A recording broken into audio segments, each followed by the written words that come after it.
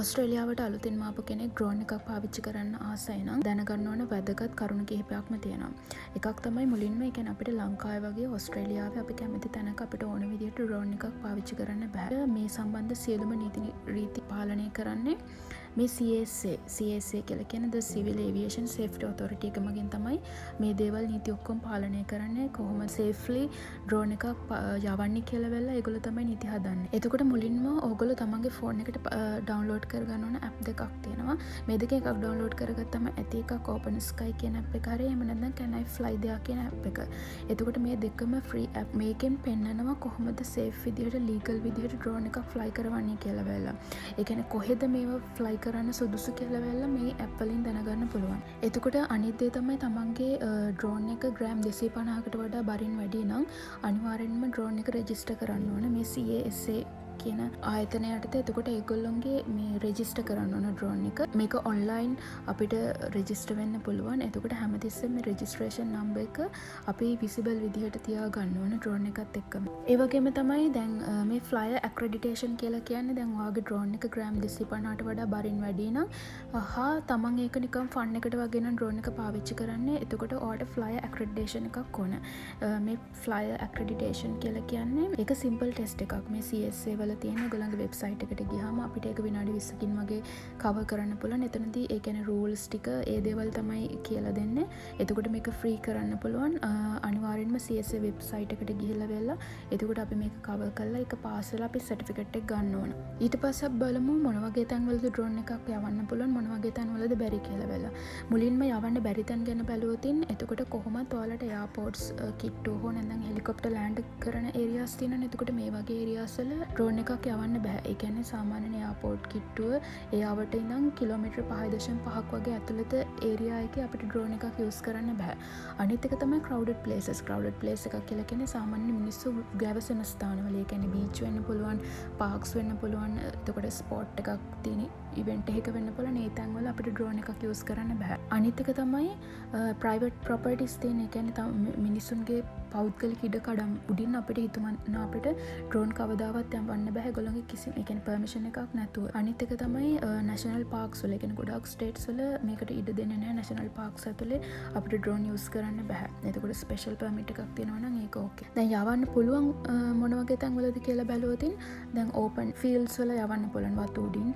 ඊට පස්සේ rural areas තියෙනවානේ. ඒ වගේ පැතිවල යවන්න පුළුවන්. එතකොට සාමාන්‍යයෙන් මිනිස්සු වැඩි නොගැවසෙන නිස්කලංක බීචස් තියෙනවා. එතකොට ඒ වගේ පැත්තල යවන්න පුළුවන්. ඒත් අපි ඒව යවන්න කලින් අනිවාර්යෙන්ම කවුන්සිල් රූල්ස් මොනවද කියලා බලන්න ඕන. ඒ වගේම තමන්ගේ බෑක්යාඩ් එකේ ඩ්‍රෝන් එකක් පාවිච්චි කරන්න පුළුවන්. එතකොට හැම තිස්සෙම ඒ කියන්නේ මේ Open Sky කියන ඇප් එකට ගිහිල්ලා වෙලා ඇප් එක චෙක් කරන්න, ෆ්ලයි කරන්න කලින් ඩ්‍රෝන් එක. ඒ වගේම තමයි ඒගොල්ලෝ කියන ප්‍රධානම දෙයක් තමයි ඩ්‍රෝන් එක තමන්ගේ ඇස්මානිය තියෙන්න ඕනේ කියලා වෙලා කියන්නේ.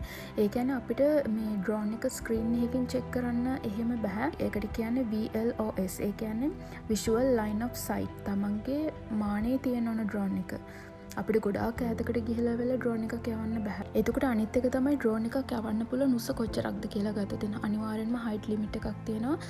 ඒ කියන්නේ සාමාන්‍යයෙන් මීටර 120ක් විතර උසකට වෙනකන් විතර අපිට ඩ්‍රෝන් එකක් යවන්න පුළුවන්. ඒ කියන්නේ අඩි 400ක් විතර. එතකොට එතනින් එහාට අපිට ඩ්‍රෝන් එකක් පාවිච්චි කරන්න බෑ. විශේෂයෙන්ම මොකද එයා ස්පේස් එක රියල් එයාක්‍රාෆ්ට් යන හෙලිකොප්ටර්ස් යන ඒ වගේ ඒරියා එකේ අපිට ඩ්‍රෝන් එකක් යවන්න බෑ. නිසා අනිවාර්යෙන්ම මේගොල්ලෝ හයිට් ලිමිට් එකක් දාලා තියෙනවා. මේ කියන්නේ මීටර 120කට වඩා උඩින් අපිට ඩ්‍රෝන් එකක් යවන්න බෑ. ඒ වගේම තමයි දැන් විශේෂයෙන්ම ඒ කියන්නේ අපි ඕස්ට්‍රේලියාව ඇතුළත මිනිස්සුන්ගේ ප්‍රයිවසි එකට රෙස්පෙක්ට් කරන්න ඕනේ. ඒ කියන්නේ ලංකාවේ වගේ නෙවෙයි අපිට මිනිස්සුන්ව පොඩි ළමයින්ව එහෙම වීඩියෝ කරන්න බෑ. එතකොට ඒ කෙනෙක්ගේ අවසරයකින් තොරව ඒගොල්ලන්ගේ වීඩියෝස් ගන්න, රෙකෝඩ් කරන්න, ෆොටෝග්‍රාෆ්ස් ගන්න මේ දේවල් කරන්න බෑ. විශේෂයෙන් මේගොල්ලන්ගේ මේ ප්‍රයිවට් ප්‍රොපර්ටිස් වලදී ඒගොල්ලන්ගේ ගෙවල් වල වතු ඉඩකඩම් වලදී ඒ කියන්නේ අපිට හිතුමනාපෙට කැමරාස් ඒගොල්ලන්ගේ ගෙවල් වලට ඒගොල්ලන්ගේ මූණවල වලට එල්ල කරන්න බෑ. ඒක හරිම නීති විරෝධී වැඩක්. එතකොට විශේෂයෙන්ම පබ්ලික් ප්ලේස් එකක වුණත් වෙන්න පුළුවන් මොන හරි වීඩියෝ එකක් ගන්නකොට විශේෂයෙන්ම ඒගොල්ලන්ගේ හෝම්ස් වලට ඊට පස්සේ යාඩ් වින්ඩෝස් වලට පොයින්ට් කරන්න එපා. එතකොට අනිත් දේ තමයි සමහරක් වෙලාවට දැන් YouTube වීඩියෝස් හදනකොට ඒ වීඩියෝ ක්ලිප්ස් වල එතකොට මේ වගේ දේවල් වැදලා තියෙන්න පුළුවන්. පුළුවන් තරම් ඒවා එඩිට් කරන්න. එතකොට මූණවල තියෙනවා නම් ඒවා අයින් කරන්න බලන්න. එතකොට නම්බර් විශේෂයෙන්ම වාහනවල නම්බර් ප්ලේට්ස් පේන්න පුළුවන්. ඒවා අයින් කරන්න ඕන. එතකොට පෞද්ගලික ගෙවල් දේවල් නම් හොඳටම ක්ලියර්ලි ඕනවට වඩා ඒ දේවල් පෙන්වනවා නම් ඒ දේවල් පුළුවන් තරම් බ්ලර් කරලා හරි එඩිට් කරන්න ඕන. අනිත් දේ තමයි මිනිස්සුන්ගේ ආරක්ෂාව පිළිබඳව සැලකිලිමත් වෙන්න ඕනේ. එතකොට ඩ්‍රෝන් එකේ ආවද්දී ගොඩක් කලාවට ඒගොල්ලෝ කියන දේ තමයි ඒ කියන්නේ මොන හරි ඇක්ටිව් විදිහට වැඩ කරන මිනිස්සු ඉන්නවා නම් වාහනයක් තියෙනවා නම් එතකොට පිරිසක් ඉන්න තැනක ඩ්‍රෝන් එක පාවිච්චි කරන්න එපා කියලා කියන්නේ. එතකොට ඒක පොඩි එකක් වෙන්න පුළුවන්. නමුත් ඒක වැදුනොත් එතකොට සීරියස් ඉන්ජරිස් වෙන්න පුළුවන්. අනිත් ඒ තමයි පුළුවන් තරම් මීටර 30ක් විතර ඈතකින් ඩ්‍රෝන් එක තියාගන්න කියලා කියන්නේ මිනිස්සු ඉන්නවා. අනිත් එක තමයි ඕස්ට්‍රේලියාව තුළ ඩ්‍රෝන් එකක් යූස් කරනවා නම් වෙදර් එක හරිම ඉක්මනට චේන්ජ් වෙන සුළුයි. ඒ නිසා ඒ පිළිබඳව වෙදර් ඇප්ස් එහෙම බලලා ඩ්‍රෝන් එක පාවිච්චි කරනවා නම් ඔය දේ තමයි බැටරි එක. එතකොට ෆුලි චාර්ජ් කරගෙන යන්න. සාමාන්‍යයෙන් ඩ්‍රෝන් එකක් යවන්න එපා. එතකොට පවර් ලයින්ස් තියෙන තැන්වල ටවර්ස් හෝ මෙටල් රූෆ්ස් තියෙනවා නම් ඒ වගේ තැන්වල ඩ්‍රෝන් පාවිච්චි කරන්න එපා. එතකොට මේ GPS සිග්නල්ස් වලට ඒවා මේ ඇෆෙක්ට් වෙන්න පුළුවන්. එතකොට සමහරක් වෙලාවට කෙනෙක් ඩ්‍රෝන් එකක් පාවිච්චි කරන්න පුළුවන් තමන්ගේ YouTube channel එකට වීඩියෝස් හදන්න. ඒ කියන්නේ තමන්ගේ channel එක මොනිටයිස් වෙලා නම් එතනින් පස්සේ තමන් ඒ කියන්නේ ඩ්‍රෝන් එක පාවිච්චි කරලා වෙල YouTube එක කරනවා නම් ඒක ගණන් කරන්නේ commercial use යටතේ.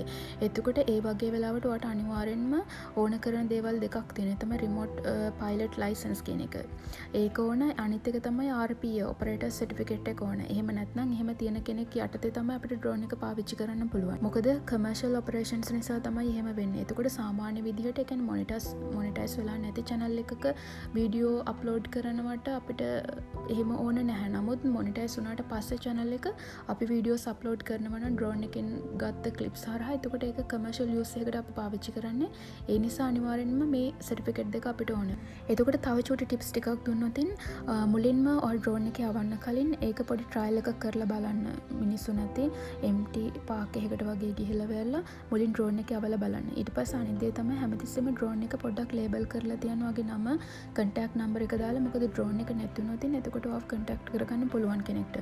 අනිත් එක තමයි හැමතිස්සෙම මේ CSA registration එකයි accreditation certificate එකයි ළඟ තියාගන්න. එක ෆෝන් එකේ දාගන්න. එහෙම නැත්නම් print එකක් වගේ අරගෙන ළඟ තියාගන්න.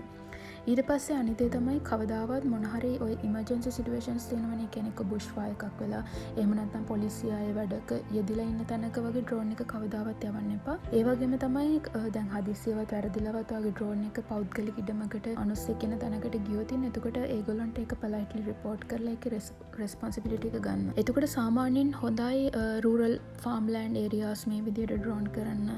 outback landscapes වලට ඊට පස්සේ coastal cliffs වගේ ගන්න. ඊට පස්සේ open countryside roads lakes ඔය වගේ තැන්වල මේ ඩ්‍රෝන් එක පාවිච්චි කරන්න හොඳයි. එතකොට මෙල්බර්න් සිඩ්නි වගේ සිටි ඒරියාස් වල මේ ඩ්‍රෝන් යූස් කරන්න එපා. මොකද ගොඩාක් තැන්වල මේ restricted air spaces තියෙන්නේ. මේ නීති කැඩුනොත් මොකද වෙන්නේ කියලා බැලුවොත් ඔයාට අනිවාර්යෙන්ම දඩ වදිනවා.